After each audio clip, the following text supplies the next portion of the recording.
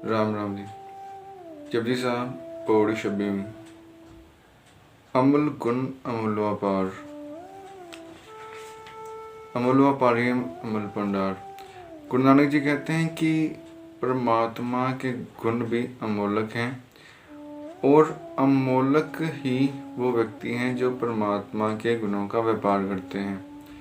जैसे सत्य धारण करना, दान करना, क्षमा करना, दया करनी, ये जो गुण हैं परमात्मा के, ये अमोलक हैं। और जो संत जन परमात्मा के मार्ग पर चलते हैं वो इन अमूल्य गुणों को धारण करते हैं और उनका भी मूल्य पाया नहीं जा सकता।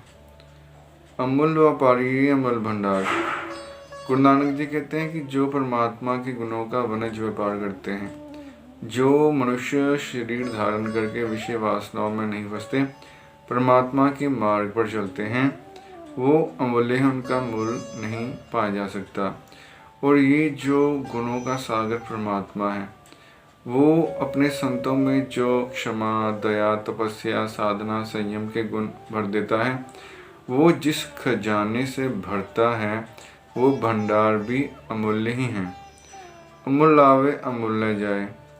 गुरु नानक जी कहते हैं कि बहुत सारे इंसानों का जन्म तो होता है लेकिन उनको अपने जीवन का उद्देश्य पता नहीं होता, और जैसे वो जन्मते हैं वैसे ही मर जाते हैं। अज्ञान में उनका जन्म होता है, अज्ञान में मृत्यु हो जाती है, ज्ञान उनको कभी प्राप्त होता ही नहीं है। तो जो मनुष्य शरीर धारण करके ये जान लेते हैं कि 84 लाख योनियों को भोग कर हमें मनुष्य शरीर मिला है और इसे हमें विषय भोगों में न लगाकर परमात्मा की प्राप्ति में लगाना है, तो जिन व्यक्तियों को ये समझ आ गई और समझ आने के बाद साधना शुरू कर दी, वो भी अमूल्य हैं, उनका मूल्य नहीं पाया जा सकता। अमूल्य आवे अमूल्य जाए। वो अमूल्य हैं जो संसार में आकर ये सब ज्ञान रखते हैं, और अमूल्य हैं जो संतों के हृदय में जो सद्गुण हैं उनको धारण करके खुद संत बन जाते हैं और परम पद को प्राप्त होते हैं। अमूल्य भाई अमूल्य समाए। वो साधक भी अमूल्य हैं जो भावना से परमात्मा का भजन करते हैं। परमात्मा का भजन तो सभी करते हैं लेकिन सच्ची भावना से कोई कोई ही करता है। जिसके हृदय में सच्ची भावना है वो व्यक्ति अमूल्य है। अमूल्य भाई अमूल्य समाए। और वो अमूल्य ही जो व्यक्ति है वो परमात्मा में समा जाता है। अमूल्य धर्म अमूल्य दीवान। परमात्मा का जो धर्म है वो धारण करने वाले भी अमूल्य हैं, उनका मूल्य नहीं पाया जा सकता। अमूल्य दीवान। और वो दीवान भी अमूल्य हैं, जैसे धर्मराय की जो दीवान लगता है या बैकुंठ की जो सभा है उसमें जब संतों का सम्मान होता है वो भी अमूल्य ही हैं, उनका भी मूल्य नहीं पाया जा सकता। अमूल तुल अमूल प्रवान। अमूल तुल हैं और अमूल ही प्रवान हैं। जिस तकड़ी पर परमात्मा संतों के, साधकों के गुणों का तोल करता है, वो तकड़ी भी अमोलक है, वो तुला भी अमोलक है। और जो वट्टे होते हैं जैसे 1 किलो, 2 किलो, 3 किलो का, तो उसके बराबर का वजन का जो गेहूं है, दाल है, वो जो दुकानदार होता है हमें देता है। तो वो जो वट्टे हैं, वो जो पत्थर हैं, वो भी अमूल्य ही हैं। जो कसवटी है जिन पर परमात्मा संतों को परखता है, वो कसवटी भी अमूल्य की है। अमूल्य बख्शिश अमूल्य दान। परमात्मा की बख्शिश भी अमूल्य है, और उस बख्शिश से जो निशान, जो परमात्मा अपने भक्तों को अपनी निशानियां देता है, वो भी अमूल्य ही हैं। अमूल्य कर्म अमूल्य फरमान। परमात्मा की बख्शिश अमूल्य है। जो मेहर भरी दृष्टि वो परमात्मा अपने संतों पर डालता है, वो भी अमूल्य है। अमूल्य फरमान। और मेहर बड़ी दृष्टि धारने के बाद जो कृपा अपने संतों पर करता है वो भी अमूल्य ही है, उसका मूल्य नहीं प्राप्त किया जा सकता। अमूल्य अमूल्य आख्या ना जाए। गुरु नानक जी कहते हैं कि वो इतनी अमूल्य है कि उसका कथन ही नहीं किया जा सकता, वो कथनी से रहित है। आँख आँख रहे ले लाए। तो कई साधु संत कथन करने का प्रयत्न करते हैं, तो वो प्रयत्न तो करते हैं लेकिन वो कथन कर नहीं पाते हैं। लेकिन इसका लाभ ये होता है कि वो परमात्मा में ही समा जाते हैं। आखी वेद पाठ पुराण। वेदों का पाठ करने वाले, पुराणों का पाठ करने वाले, वो भी परमात्मा की सिफत सलाह करते हैं। आखी पढ़े करे व्याख्यान। वो वेद, पुराण और जो शास्त्र हैं उनका अध्ययन करने वाले उनकी व्याख्या के द्वारा परमात्मा के गुणों का गान कर रहे हैं। आखी ब्रह्म आखी इंद्र। ये जो ब्रह्मा है, ब्रह्मा जी सृष्टि के निर्माता माने जाते हैं।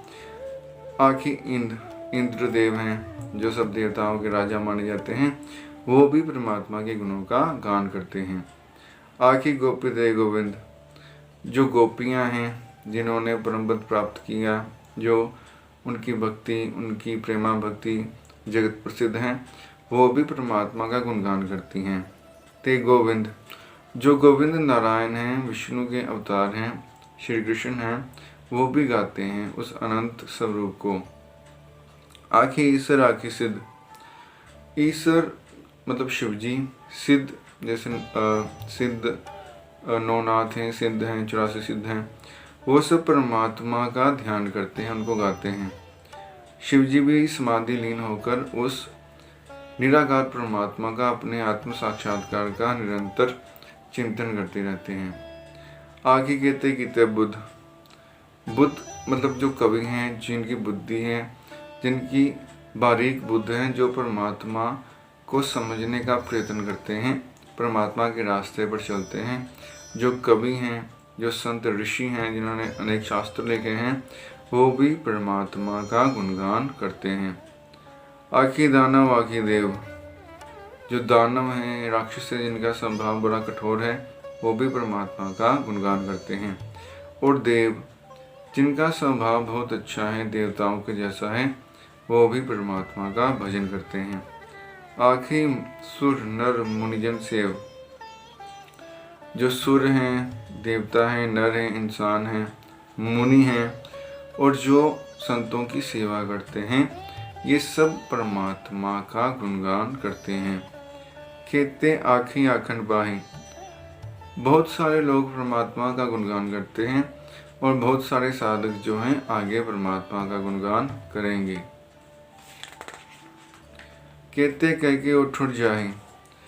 कई संत जन परमात्मा के गुणों का गान करके परम धाम को चले गए।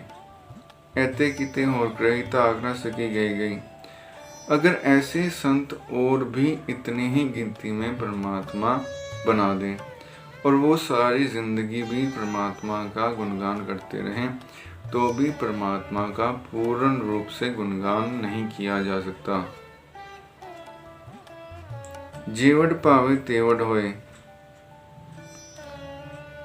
नानक जाने साचा सोए। जितना बड़ा परमात्मा चाहता है उतना बड़ा हो सकता है। परमात्मा कितना विशाल है, कितना बड़ा है, इसका अंत कोई नहीं पा सकता। नानक जाने साचा सोए। परमात्मा ही अपने आप को जान सकता है और कोई परमात्मा को नहीं जान सकता। जेको आंखें बोल बिगाड़ता लेके सिर गवारा गवार। अगर कोई व्यक्ति अहंकार वश होकर ये कहे, मूर्खता वश होकर ये कहे कि मैंने परमात्मा का आदि अंत पा लिया, मैं परमात्मा को जान गया, तो वो मूर्ख गलत बयानी कर रहा है। परमात्मा का अंत वो कभी नहीं पा सकता। एक नमक की डल्ली अगर ये कहे कि समुद्र में कूदकर मैं समुद्र की गहराई नाप लूँगी, तो ये मूर्खता ही है। नमक की डली कभी समुद्र की गहराई नहीं नाप सकती। समुद्र में प्रवेश करते ही वो समुद्र का रूप ही हो जाती है, उसमें मिल जाती है। इसी प्रकार जो साधक हैं वो परमात्मा को प्राप्त तो कर सकते हैं, लेकिन उसका आदि अंत नहीं पा सकते। धन्यवाद।